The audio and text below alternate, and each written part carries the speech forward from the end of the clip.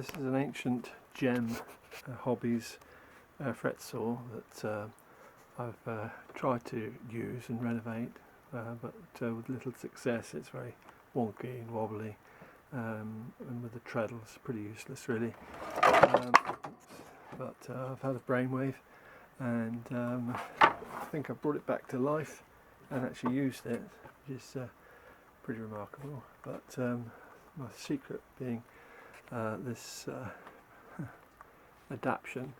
I've taken the flywheel off and stuck a Bosch drill onto the spindle, and it actually worked. This is a